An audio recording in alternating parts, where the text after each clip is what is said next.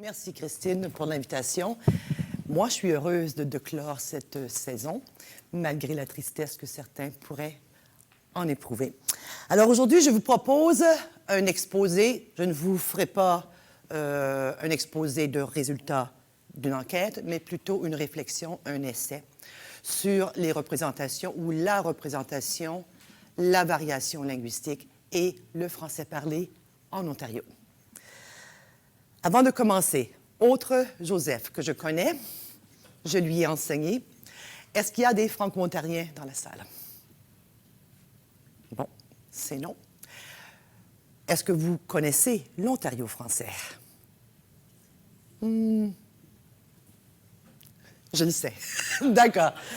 Donc, je vais commencer, puisque je me penche finalement sur les représentations, je vais parler davantage de généralisation, donc d'idées reçues à l'égard de la langue. Les attitudes dont vous parliez tantôt, je vais peut-être aborder votre question.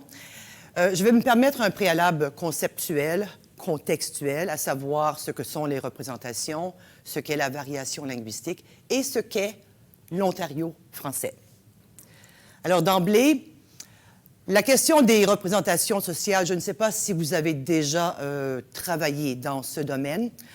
C'est un concept, en fait, qui est popularisé depuis les années 1960 dans le courant de la psychologie sociale, mais plusieurs disciplines s'en sont emparées pour chercher à mieux comprendre des objets humains ou des réalités quelconques.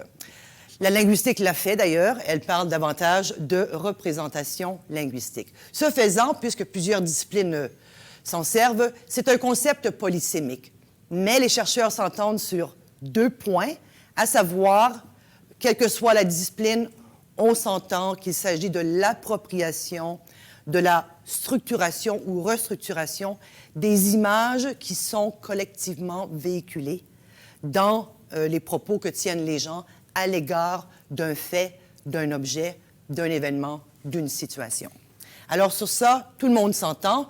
Et le deuxième, c'est que le discours que tiennent les individus, c'est en fait l'outil de prédilection pour la transmission des représentations, des images que l'on se fait sur un sujet quelconque. Alors, que donne d'étudier les représentations sociales? C'est en fait permettre de cerner, de comprendre, d'identifier les grandes idées que se font les gens sur quelque chose. En l'occurrence, ici, on parlera de langue, plus précisément de français parlé dans la région qu'est l'Ontario. Alors, d'identifier les images qu'on s'en fait pour ensuite mieux les comprendre et, au besoin, pouvoir les reconstruire ou les contrer. Surtout lorsqu'il s'agit d'idées ou de représentations qui sont générales et qui sont sans fondement ou qui n'ont peu d'argumentation pour soutenir leur légitimité. Ce faisant, on va parler de variation, bien forcément, puisqu'on a beaucoup d'idées sur la variation. Donc, chaque personne a une langue, chaque personne se prononce sur la qualité d'une langue, sur ce qui est souhaité, sur ce qui est correct, sans tenir compte nécessairement ou sans forcément comprendre le concept de variation, qui est un concept très complexe en soi et qui se joue de différentes façons. D'abord, dans le temps et dans l'espace. Pour les linguistes, on parle de variation diatopique et de variation diachronique. Et tantôt, mon collègue David Bigot vous a parlé, finalement, de variation dans un espace très précis, celui de Castleman. On parle aussi de variation en fonction des strates sociales. C'est en fait les variables les plus classiques de la sociolinguistique, à savoir la profession, le niveau d'instruction, le sexe, l'âge des individus, en sous-tendant qu'il y aura des différences dans la façon de s'exprimer de toutes ces personnes.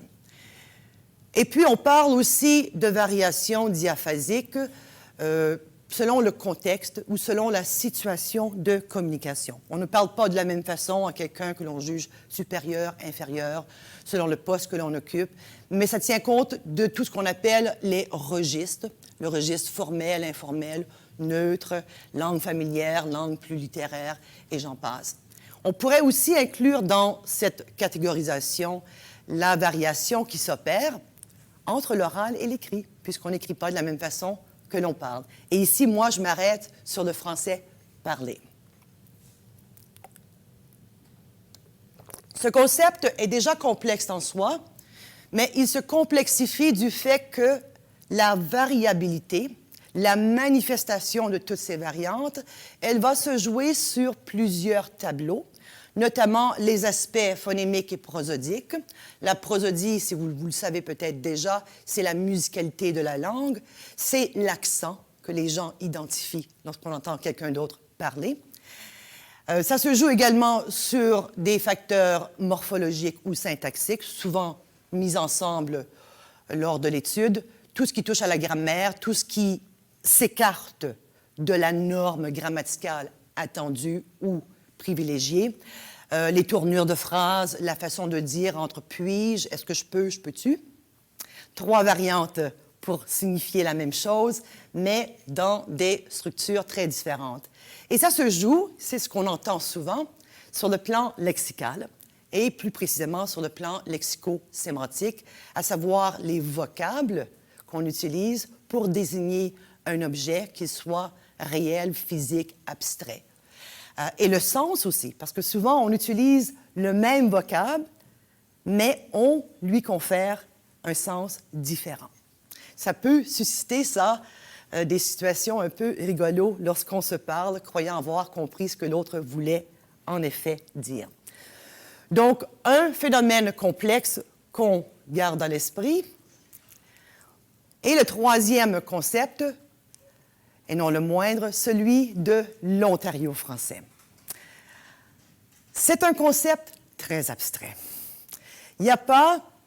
tantôt, David Bigot vous a présenté une communauté, une seule communauté. Il a fait référence à une deuxième communauté majoritairement francophone, celle de Hearst. Je vais vous montrer une carte tantôt. Mais il n'y a pas une région en Ontario où on peut dire, voilà, tous les francophones sont dans cette région. Ils sont en fait dispersés, mais peut-être plus présents dans certaines grandes régions. Ils sont minoritaires. Ils sont minoritaires en termes de poids numérique et ils le sont davantage en termes de proportion. Mais il faut comprendre aussi la proportion. Est-ce que quelqu'un ici connaît la population de l'Ontario? Oui, en fait, c'est 13 millions et quelques poussières depuis le dernier recensement. C'est 40 % de la population ou 30 % de la population. Oui, c'est plus du tiers de la population canadienne, concentrée surtout dans le sud, mais quand même dispersée un peu partout sur le territoire. Donc, les chiffres que je vous présente, il faut les prendre vraiment en connaissance de cause. D'après le ministère, d'après le gouvernement ontarien, en 2011, il y avait 611 000 francophones en Ontario. Mais c'est écrit DIF. DIF, c'est la définition inclusive des francophones. En 2009, le gouvernement avait décidé de revoir sa définition de qui était francophone et il apporte une distinction que n'apporte pas Statistique Canada, afin d'inclure dans ce bassin tous les gens qui n'ont pas forcément le français comme langue maternelle, mais qui en ont fait leur langue d'usage. Et cela comprend dorénavant tous les nouveaux arrivants.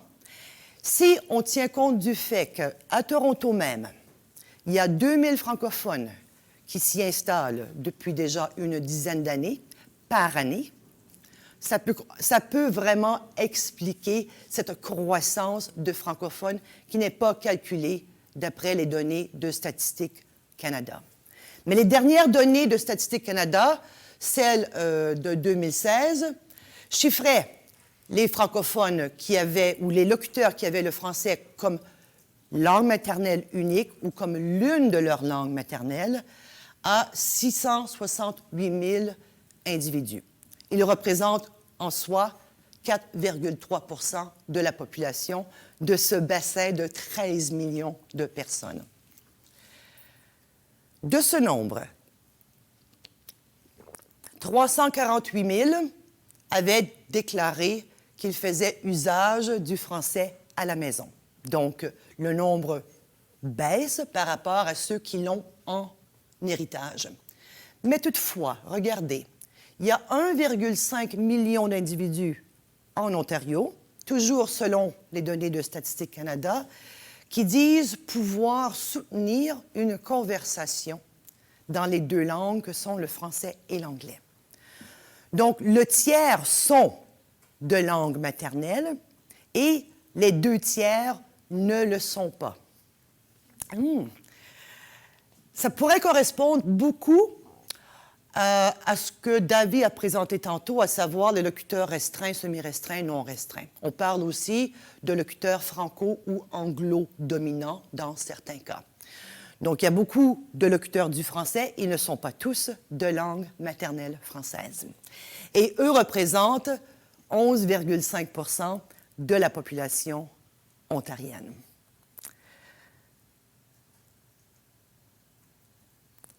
Je vais attendre. Donc, je reviens au concept de l'Ontario français. Je vous ai présenté ces quelques données pour que vous puissiez vous faire une meilleure idée du nombre et de la proportion des gens avec lesquels on transige. Mais le concept, j'ai dit tantôt, c'est un concept abstrait. Il se définit, ou on pourrait le définir pour les besoins de la cause aujourd'hui, de 2 façons. Il se définit par son contexte socio-historique et par son contexte socio-institutionnel. Son contexte socio-historique. En fait, on a célébré en 2015 le 400e de présence de langue française en Ontario. Ça marquait le passage de Champlain, si je ne me trompe pas, dans la région du Nipissing, dans la région de la rivière des Français. Depuis... j'ai un exemple. Oui. L'Ontario socio-historique, en fait, c'était cette région, plus dans le sud et le centre-sud, qui correspondait à la Nouvelle-France à l'époque du régime français. Donc, on parle au 18e siècle.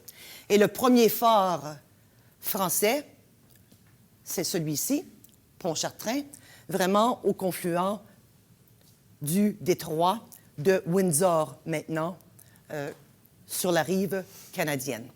Ce portrait va beaucoup changer entre-temps.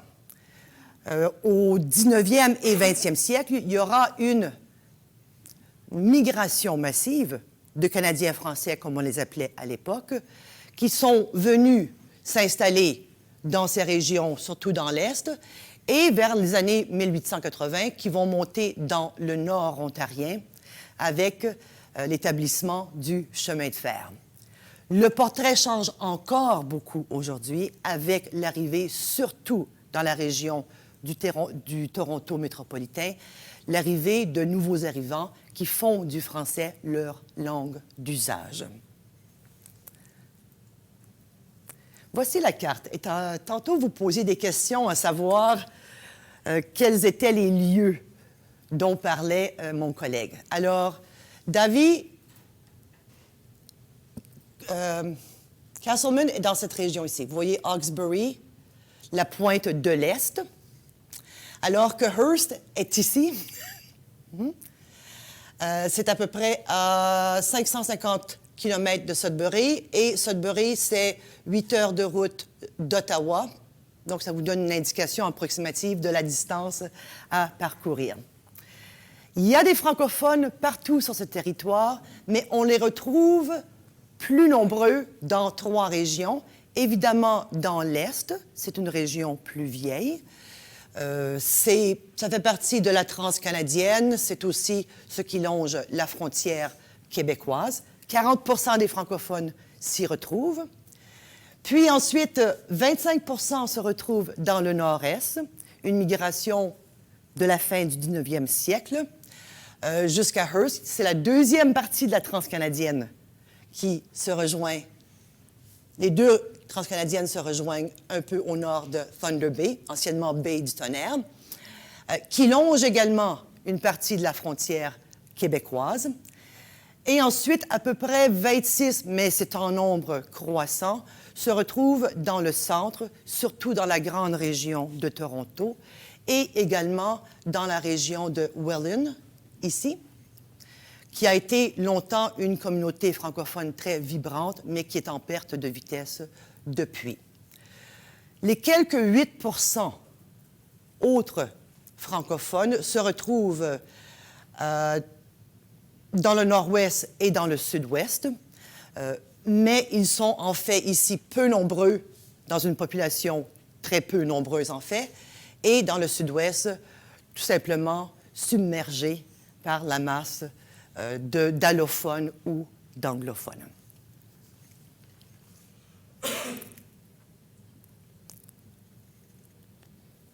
Donc, parler de l'Ontario français, c'est vraiment parler du contexte, non seulement historique qui l'a façonné, mais aussi des liens socio-institutionnels qui lient les locuteurs du français les uns aux autres. Et ces liens se tissent au niveau de l'éducation, au niveau du système judiciaire. D'ailleurs, depuis 1984, le français est langue co-officielle devant les tribunaux en Ontario. C'est un fait. Dans la pratique, c'est peut-être une autre paire de manches, mais je n'irai pas là. J'avais des dates aussi au niveau de l'éducation en langue française. Il y en a toujours eu sur le plan élémentaire, mais par rapport aux autres niveaux scolaires, ça a pris un peu plus de temps à s'instaurer. 1969, c'est la date de la création des premières écoles secondaires publiques de langue française. 1998, c'est celui de la création autonome des conseils scolaires. Donc, il n'y a pas si longtemps que ça. 1990, c'est la création du premier collège de langue française en Ontario. J'aurais aimé mettre une date aussi pour une université de langue française, mais ça, ce n'est pas fait encore. Vous avez sûrement entendu parler de ce débat qui fait rage ou qui fait rage encore dernièrement. Donc, le contexte socio-institutionnel, c'est aussi tout le volet économique, les marchands, les caisses populaires qui tissent la vie des individus qui fonctionnent en français. C'est le système de santé.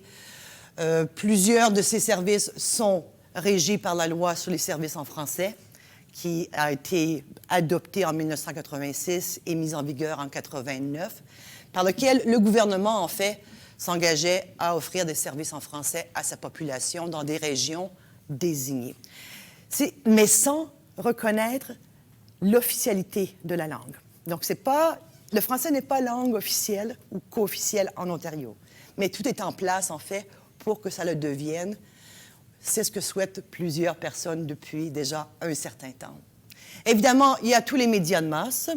La radio, il y a la radio d'État, Radio-Télé d'État, Radio-Canada, mais il y a aussi la télé provinciale, TFO, il y a beaucoup de radios communautaires, il y a des journaux, surtout des hebdomadaires, il y a un quotidien, Le Droit, et j'en passe. Et depuis 1970, lors de la Révolution sereine, s'est instauré également plein d'organismes, de centres artistiques et culturels qui animent cette vie francophone. Évidemment, tous ces éléments sont beaucoup plus présents dans les régions que sont l'Est, le Nord-Est et le Centre, compte tenu de la présence de francophones plus nombreuses.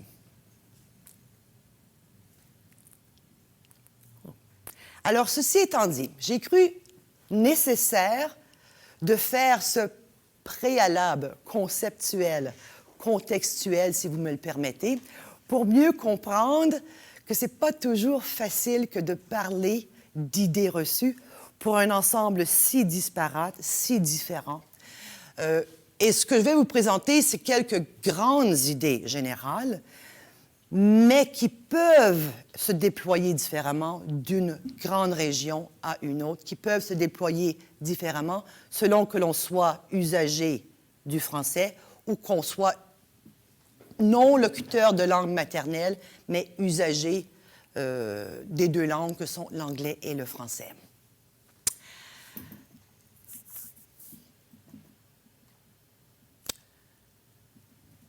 Parler, en fait, des représentations, je dois tout de suite avancer le fait qu'il y a très peu d'études qui s'y sont penchées. Surtout pas d'études qui se sont penchées sur la langue, comment on la reçoit. Vous avez posé la question tantôt à David Bigon.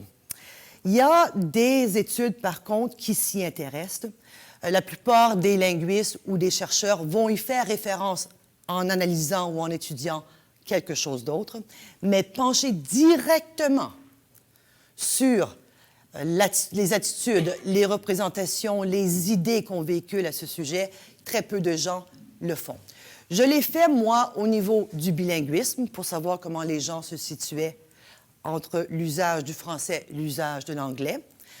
Mais je souligne aussi les travaux de Sylvie Lamoureux, qui s'est penchée sur la valeur du bilinguisme auprès des jeunes francophones. Certains travaux qu'elle a signés également avec Sylvie Roy, qui travaille également en Alberta. Il y a Roger Lauzon, qui a fait une excellente étude sur la représentation du vernaculaire, de l'usage de la langue familière, mais son étude se passe dans le sud-ouest, dans cette région historique, mais dans cette région, finalement, où il y a peu de francophones aujourd'hui. Et il a fait vraiment valoir le fait que les gens se sentaient très insécures à utiliser leur langue première. Il y a Tina Desabrais qui a également déposé une thèse doctorale très intéressante à ce sujet, dans la région d'Ottawa cette fois-ci, mais elle parlait plus précisément de l'insécurité linguistique qu'elle ressentait comme francophone lorsqu'on l'a confrontée à des attentes tout autres rendues aux études supérieures. J'en oublie certainement plusieurs. Il y aura d'autres noms là, que je vous présenterai en cours de route. Mais retenez qu'il y a très peu d'études qui se penchent expressément sur les représentations véhiculées. Et pourtant, tous les chercheurs, tous les linguistes, devrais-je dire, lorsqu'ils se penchent sur une communauté quelconque, vont indirectement ou directement mettre de l'avant l'idée reçue, collectivement partagée, à l'effet que le français, tel qu'il est parlé en Ontario, il est souvent tout simplement reçu comme du français imprégné d'anglais. Et ça, vous parlez à plusieurs personnes, on va... Non? D'accord. On est convaincu que le français parlé n'est qu'en fait que du franglais. C'est pas du vrai français. D'autres vont dire du slang sans savoir qu'ils parlent de langue familière, qu'ils comparent le registre écrit avec le registre oral, les différents registres de langue. On n'a pas une bonne connaissance de tout ce rouage, mais on se prononce sur la façon dont on perçoit, dont on reçoit la langue, et cette impression, en fait, elle est partagée par plusieurs. Alors, face à cette idée, que moi je qualifie d'idée reçue, je me suis amusée en 2014 à faire une analyse transversale de la façon dont les linguistes qui s'étaient penchés sur des corpus entre 1978 et 2014, de la façon dont ils avaient catégorisé, reçu, analysé le corpus qui était à leur disposition, à savoir est-ce qu'il s'agissait réellement plus de variantes qui étaient endogènes, c'est-à-dire motivées par le système même de la langue française, ou s'agissait-il réellement de variantes motivées par des raisons exogènes, par des facteurs exogènes, donc qui provenaient de l'influence qu'exerçait, en l'occurrence, l'anglais sur la langue française. Évidemment, les corpus, tantôt on vous en a présenté quelques-uns, on a fait référence au corpus de Raymond Moujon, il y en a plusieurs. Les corpus sont dans des communautés précises, mais jamais pour l'ensemble de l'Ontario. communautés précises, la région de Welland, la région de Toronto, surtout tous les grands travaux qui ont été faits par le Centre de recherche en éducation franco-ontarienne de l'Université de Toronto. Dans la région d'Ottawa, des travaux, je pense notamment aux travaux de Shanna Poplack. Il y en a plusieurs dans la région de North Bay et de Sudbury. Je pense aux travaux de Nathalie Melançon, entre autres, ceux que je mène avec mon collègue Ali Rigegi. On a fait référence aussi aux travaux de Golemsky à Hearst. C'est assez récent comme corpus. Et depuis, il y a des chercheurs qui se pointent dans la région de North Bay ou dans quelques petites communautés comme Castleman pour voir ce que l'on dit et comment on qualifie la langue, si vous voulez, comment on s'identifie dans tout cela. Mais il n'y a pas de corpus pour l'ensemble de l'Ontario. Et ça se comprend compte tenu de la complexité et de la disparité de la grandeur du territoire. Mais ceci étant dit, en passant dans les corpus écrits, il fallait qu'ils soient d'ailleurs publiés. Il y en avait une quarantaine en 2014. En passant dans ces corpus, tous les chercheurs vont relever le fait qu'effectivement, on ne peut pas nier l'influence de l'anglais. Mais peut-on dire que le français parlé en Ontario n'est que de l'influence de l'anglais?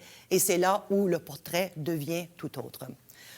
Donc, on fait état de variantes morpho-syntaxiques, grammaticales et tournures de phrases, qui sont tirées essentiellement par analogie avec l'anglais. Je n'ai pas mis d'exemple là. Hein? Donc, c'est évident qu'on va transférer ce qui se prête très bien, ce qui constitue des homologues d'une langue à l'autre. Permettez-moi. Par exemple, tout le système prépositionnel. Entre je suis sur l'autobus et je suis dans l'autobus, quelqu'un est à la télé ou sur la télé, le transfert se produit souvent et les chercheurs le notent. Lorsque la préposition peut aussi occasionner et faire en sorte qu'un verbe transitif devienne intransitif ou vice-versa, à savoir je téléphone quelqu'un, je demande quelqu'un, calqué finalement sur l'usage prépositionnel en anglais, où il n'y en a pas, I'll phone or I'll ask, sans le A. Donc, ce genre de transfert se fait, tout le monde l'atteste. On recense aussi des transferts au niveau de la pronominalisation, c'est-à-dire l'usage de certains pronoms, surtout les pronoms utilisés en complément d'objet indirect, à savoir je demande à eux plutôt que je leur demande, ou encore le pronom qui marque la possession. On transfère comme en anglais et je vais laver mes mains plutôt que me laver les mains. Bon, c'est quelques exemples pour les illustrer.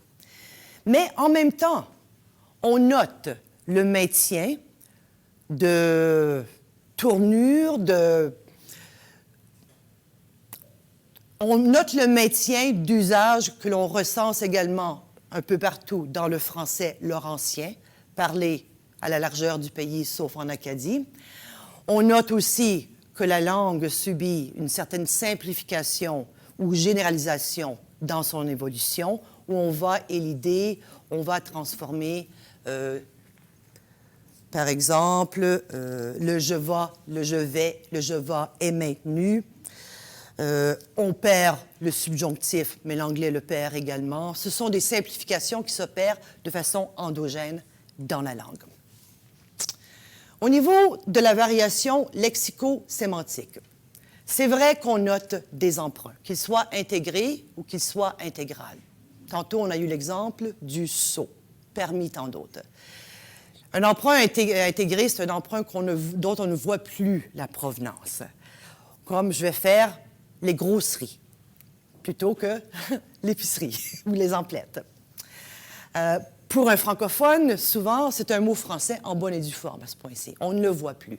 Alors que les emprunts plus intégrales, passe-moi ta purse, on sent encore la présence de l'anglais et c'est prononcé à l'anglaise. Mais ces emprunts, on les note, on en fait état à un moment précis, en synchronie, mais on n'a pas d'études dans la durée pour voir s'ils sont maintenus d'une génération à l'autre. Il y en a plusieurs qui vont peut-être disparaître et d'autres qui vont apparaître en cours de route. Ça me manque dans les études. Et il y a aussi de l'innovation lexicale. Lorsque j'ai présenté cette question il y a 2 ans dans un colloque, on a été surpris parce qu'il y a des tournures qui ne sont propres qu'à l'Ontario. À savoir, et je l'avais posé à un collègue, à un moment donné, on devait se rendre à une fête, je te donne un tour, ou est-ce que tu veux un tour? Mais il ne comprenait pas. Mais finalement, en expliquant, je lui ai dit, bien, je t'embarque. Tu viens avec moi. Je passe te prendre. D'accord. Pourtant, c'est tout simplement l'extension de l'aire sémantique du mot « tour ». Tous les francophones de l'Ontario vont généralement comprendre ce dont il s'agit. Alors, je lui ai demandé, alors, mais tu dis quoi? Il dit, bien, c'est un lift. Ah! Ou encore, se faire lutter. J'arrive au bureau le matin, je dis à mes collègues, je me suis fait lutter. Alors, tout le monde comprend qu'il y a une voiture qui m'a frappé. Ou j'ai lutté une voiture. Ah! Donc, c'est moi qui est dans le tort. Donc, encore une fois, une extension de l'aire sémantique du verbe lutter. Il y a aussi, c'est peut-être le seul dictionnaire qui existe en Ontario français, un ouvrage qu'a signé Marcel Beneteau et Peter Halford, qui est décédé depuis, qui était linguiste à l'Université de Toronto. Ouvrage qui recense le lexique particulier de la région du Sud-Ouest, donc de la région de Windsor, et qui est, en fait, qui demeure depuis le régime français. Donc, ce sont des termes, des expressions qu'on n'entend nulle part ailleurs au pays et qui sont propres. Si jamais ça vous intéresse, c'est mots choisis, 3 siècles de présence au lac Erie. Je crois que c'est ça le titre, ou je peux me tromper légèrement. Mais Marcel Beneteau et Peter Halford, 2008. Oups. Donc, tous les chercheurs ont commencé ou continuent à tenter de démontrer que le français tel qu'il est parlé en Ontario, malgré la présence de l'anglais qui saute aux yeux ou qui saute aux oreilles, devrais-je dire plutôt, n'est pas nécessairement un fait qui détermine l'usage de la langue. Et la plupart d'entre eux s'empressent de dire par la suite que cette présence de l'anglais telle qu'elle est conçue dans l'esprit des gens, elle est en fait surévaluée. Donc cela nécessite, ou cela nous oblige à faire d'autres enquêtes pour mieux cerner ce qu'il en est réellement, afin de pouvoir, s'il y a lieu, contrer cette représentation parmi tant d'autres. Pouvoir la déconstruire, ce qui est le but des représentations sociales. En voici une autre. En 2016, Hélène Kościelniak, qui est une romancière de la région de Kapuskasing, au sud de Hearst, a écrit un essai qu'elle a publié dans la revue Liaison, la revue des arts au Canada, dans laquelle elle s'interrogeait à savoir comment devrais-je faire parler mes personnages, surtout que ces personnages sont du nord-est ontarien. Alors, cela l'a amenée à soulever la question de l'insécurité linguistique, mais également de la variation linguistique. Et elle a dit en entrevue à Radio-Canada, ce que vous pouvez lire au tableau, je me rends compte que les gens d'ici parlent ce que j'ai décidé de nommer le tarrois, je n'irai pas là. Mais c'est une langue bâtarde, oui. C'est une langue qui vient du français, c'est une soupe qui vient du parler, canadien-français, du joual, de l'anglais et d'autres mots ramassés ici et là à d'autres langues avec un accent spécifique. Mais en fait, j'ai remercié Hélène d'avoir remis la question sur la table, parce que ça fait beaucoup jaser à l'époque. Et c'est important qu'on en parle. Par contre, je lui ai dit que je n'étais pas nécessairement d'accord, et je n'étais pas la seule, avec la façon dépréciative de présenter sans connaissance de cause. Parce qu'elle expliquait, en gros, les gens parlent comme ceci, les gens parlent comme comme cela, parce que c'est de l'escamotage, parce que c'est des formes incorrectes, parce que c'est de l'écrasement. Donc, elle avait fait une certaine recherche, mais ce n'était pas vraiment les explications qu'il nous faudrait pour expliquer, pour faire comprendre ce qui se produit réellement et pour mettre au clair, en fait, la situation de la langue parlée. Et je crois que je vais conclure sur cela. C'est beaucoup, je le sais. Je reviens sur 2 points très importants. J'ai parlé de représentation. Les représentations, elles agissent sur les attitudes, en fait, que l'on a à l'égard de quelque chose, ici la langue. Les représentations, souvent érigées en idées reçues, elles sont sans fondement, d'où la raison d'enquêter, d'où la raison de poursuivre les explications, la description légitime de la langue, pour que les locuteurs puissent la comprendre en connaissance de cause. Les études en soi, c'est une chose, mais encore faut-il qu'elles soient diffusées, encore faut-il qu'elles soient vulgarisées, qu'elles rejoignent les gens, les locuteurs du français, pour qu'eux puissent comprendre ce qu'il en est et peut-être, espérons-le, ne plus voir le français comme étant forcément du franglais, alors qu'il y a quand même une très belle richesse là. Je m'arrête parce que j'ai vu... Est-ce que j'ai... Ah, je m'arrête. Ça fera plus de questions. Non, merci. 40 minutes alors. Oui.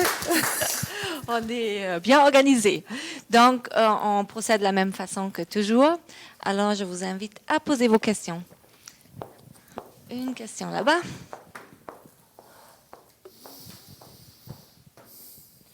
Bonjour, mon nom est Frédéric. Je voudrais savoir, en fait, j'ai une question sur votre concept de l'Ontario français. Oui. Je me demande pourquoi avoir choisi français plutôt que francophone pour ce concept-là. Le concept a en fait été proposé dans les années 1970-80. OK, j'avais pas compris que ça venait pas de vous directement. Non. C'est un concept bien établi. C'est un concept qui émane en fait du milieu universitaire. Les gens, dans le quotidien, ne parlent pas nécessairement de l'Ontario français comme tel. Il y a eu aussi le dilemme entre français, francophone, à savoir, est-ce qu'on veut se rapatrier à l'idée d'être locuteur? Mais dans l'esprit des gens francophones a souvent eu cette... non, je vais me reprendre. Chez plusieurs des locuteurs du français en Ontario, surtout ceux de langue maternelle et de souche canadienne-français, certains hésitent à utiliser le concept de francophone puisqu'il semble diluer un peu tout. Donc, comme le concept avait été présenté comme l'Ontario français, il a été maintenu dans les rouages des milieux intellectuels, dans les universités, mais on n'en parle pas, on ne le présente pas comme tel lorsqu'on s'adresse à quelqu'un d'autre. Oui. D'accord. Puis vous auriez pas envie, vous, de considérer francophone, vu que, en fait, c'est moins sur l'activité langagière que c'est basé que sur l'origine des personnes, si je comprends bien. Vous me posez la question, moi, personnellement, ou de Ouais. façon... Moi, non. Vous êtes... OK. Merci. On pourrait en débattre longtemps. C'est quelque chose qui fait encore rage. Je vais donner un autre exemple. L'exemple de l'Assemblée de la francophonie ontarienne. Le nom a changé il y a quelques années, justement parce que les nouveaux arrivants voulaient se sentir partie prenante de cela. Auparavant, c'était l'Association canadienne-française de l'Ontario. Vous voyez le transfert là, qui se fait. Et avant cela, c'était l'Association de l'éducation canadienne-française de l'Ontario.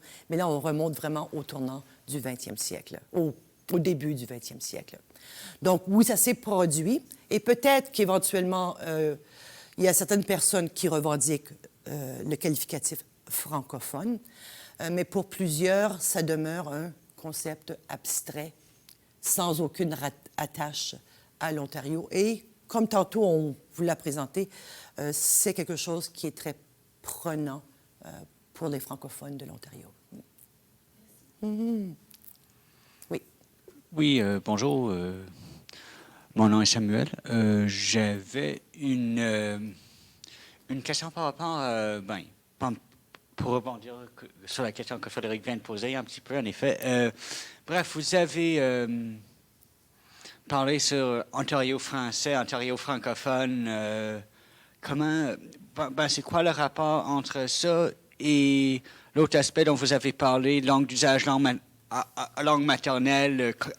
Comment est-ce que ces deux choses-là, c'est-à-dire de prôner une vision inclusive, donc comprendre les gens qui utilisent le français comme langue d'usage et pas seulement comme langue maternelle, comment cet aspect-là interagit-il avec le vocable ou de français francophone ou ce qu'on veut mettre là?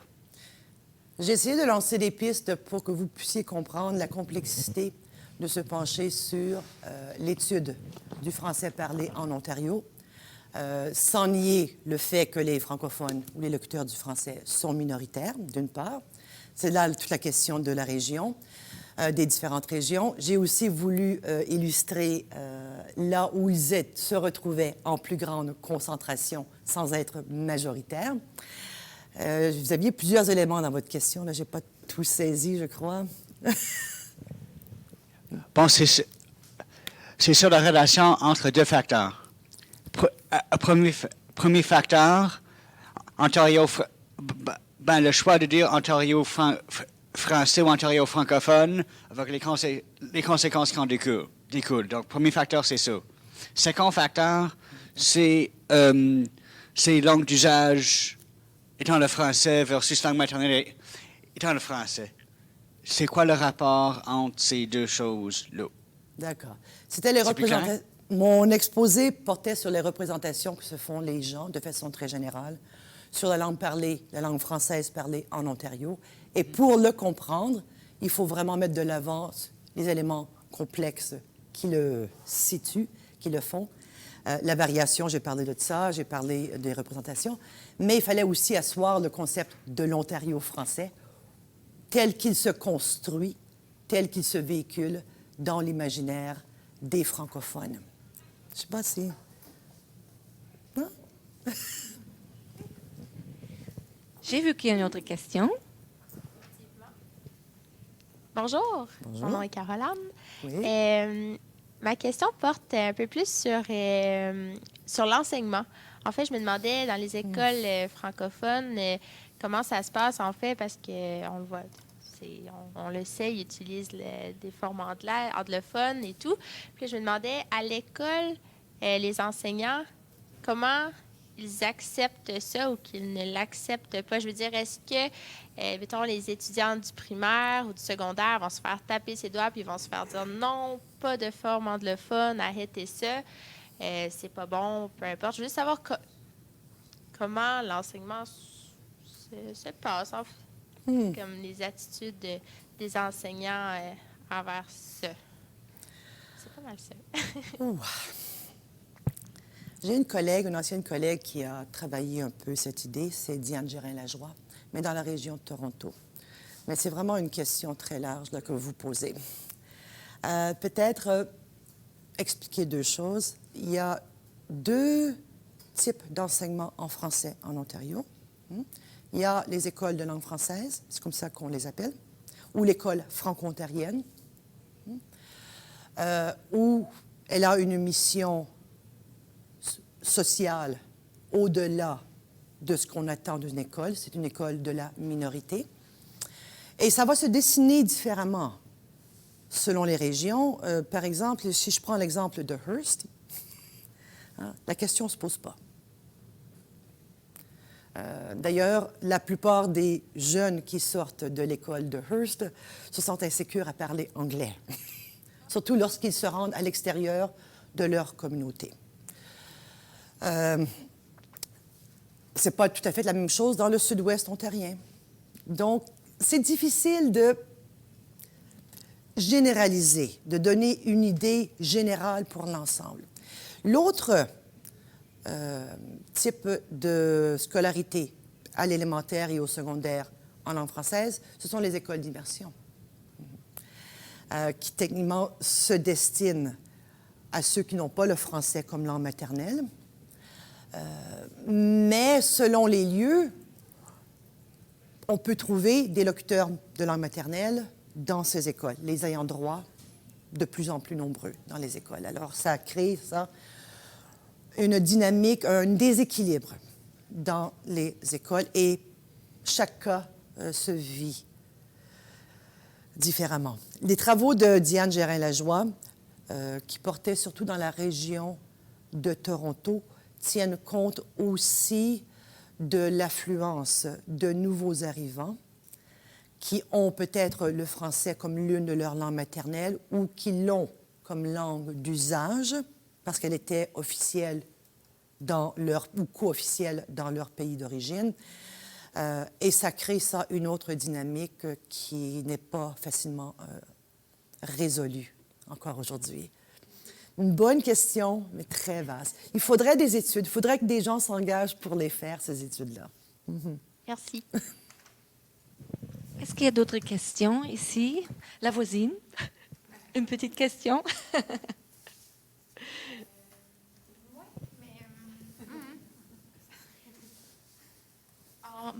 Oui, en fait, bonjour, je suis Joanie. Ma question, je pense, s'apparente un peu à celle de Caroline, par contre, là, mais c'était plus, pas nécessairement dans les écoles, mais je me demandais si vous cherchez à briser, si je veux dire, les locuteurs francophones cherchent à, j'ai envie de dire briser encore, là, mais à, comme par exemple les prépositions qui sont utilisées, donc on va dire sur la télé, vous dites? Est-ce qu'on cherche à défaire cette habitude-là, puis à changer ça en français de référence plus... Ouais. C'est le rôle de l'école, n'est-ce pas? Le rôle de Mais l'école. pas seulement l'école, mais je parle dans la... Est-ce que c'est quelque chose qui se... ça choque? Est-ce que, je dis vraiment, est-ce que c'est ça? Est-ce que ça choque dans un discours, dans un échange informel, ou est-ce que ça choque pas? Mais c'est justement la question de la variation au niveau situationnel. Alors, dans un discours informel, entre amis, ça ne choque pas. Non. Mais dans un discours plus formel ou avec quelqu'un qu'on connaît moins, à ce moment-là, les gens sont beaucoup plus... Facilement choquable? Non, je n'utiliserais pas le terme choquable. Il en faut beaucoup pour se choquer dans la vie. Mais ça peut surprendre. Oui. Et puis, c'est le rôle de l'école, finalement, que d'apprendre toute la variation, les différentes façons de dire. Maintenant, le vrai rôle de l'école franco-ontarienne, c'est de montrer, c'est pas de pénaliser, c'est ça, vers ça qu'on s'en est. Apprenons en connaissance de cause que voici ce qu'on dit, voici pourquoi on le dit. Mais apprenons à le dire peut-être autrement pour pouvoir s'en servir ailleurs. Alors, il y a tout ce travail-là à faire. Mais, oui, une deuxième? Ouais. Oui. Oui. En fait, mon autre question n'est pas directement reliée à ce que vous avez... oui, pas directement reliée effectivement à votre présentation. C'est plus une question... Je veux savoir votre avis. Puis c'est par rapport à la présentation de David juste avant. Qui disait que c'était intéressé à l'identité que les gens qui habitaient à Castleman avaient par rapport à quelle était leur identité. Puis, donc, Castleman est quand même proche du Québec. Donc, je me demandais si vous pensez que pour une ville comme Hearst, qui est vraiment beaucoup plus loin, plus éloigné, si l'identité serait différente, parce qu'il n'y aurait peut-être pas justement la recherche de l'opposition avec les Québécois, ou si ça serait... s'il y aurait besoin d'affirmer leur identité linguistique, ou croyez-vous que les résultats pourraient être différents? C'est plus une question d'opinion, oui. Je dirais plutôt qu'il se dirait davantage franco-ontarien sans avoir à faire cette démarcation. Sans avoir à dire que, tu sais, pour ne pas être québécois. Mais il faut comprendre que l'identité franco-ontarienne, elle est bien vécue, là. par les francophones de l'Ontario. C'est pas une question là, qu'on le dit ou que les gens l'utilisent à défaut. Non, c'est vraiment une identité qui a vu le jour dans les années 1970 avec la Révolution sereine et qui a fait son chemin. Maintenant, c'est plusieurs générations déjà, là, 2 générations au moins, où on ne le questionne plus, ou pas autant.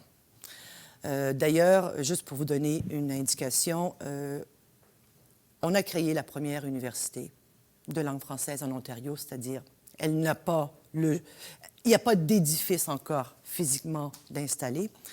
Je te vois sourire, Joseph.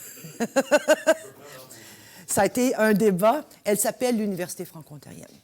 La question ne se posait même pas. Non. Il n'y a pas cette hésitation. Ce n'est pas l'université francophone, ce n'est pas l'université de langue française, c'est l'université franco-ontarienne. Et elle va se situer dans le centre, donc dans la région métropolitaine de Toronto, parce que c'est là où se trouve le plus grand nombre de francophones. C'est une masse croissante. Le débat réside sur d'autres facteurs que cela, mais on l'appelle l'Université franco-ontarienne. Donc, si vous dites que cette identité-là est aussi bien affirmée, vous pouvez, j'imagine, dire que l'identité franco-ontarienne n'est pas fragile? Ou la langue française, est-ce qu'elle est fragile pour ces gens qui s'identifient, pour les franco-ontariens, en fait? Est-ce qu'ils se sentent menacés, comme des fois on peut l'entendre juste au Québec? Ça varie d'une communauté à l'autre et d'une région à l'autre. Et c'est ça qu'il faut maintenir à l'esprit. Une réponse, je ne peux pas donner une réponse pour l'ensemble des communautés, l'ensemble des régions. C'est ça, cette complexité-là, cet éclatement. C'est la diaspora franco-ontarienne. Oui. Merci. OK. Je récupère le microphone. Est-ce qu'il y a d'autres questions? En ligne, des questions en ligne? Non? Peut-être une dernière de ma part qui concerne le dernier aspect qui écrit la vulgarisation des résultats de ces enquêtes. Comment fait-on pour joindre les gens mieux qu'on le fait aujourd'hui? On le fait par la radio, on le fait par des émissions là, locales, on le fait par... lorsque c'est des personnes autres que des chercheurs qui prennent la parole. Mais c'est une bonne question. Nous, on peut présenter, mais généralement, on tombe dans le panneau de présenter quelque chose qui n'est pas accessible. Plusieurs de mes collègues le font par des clips médiatiques à la radio ou dans les journaux locaux.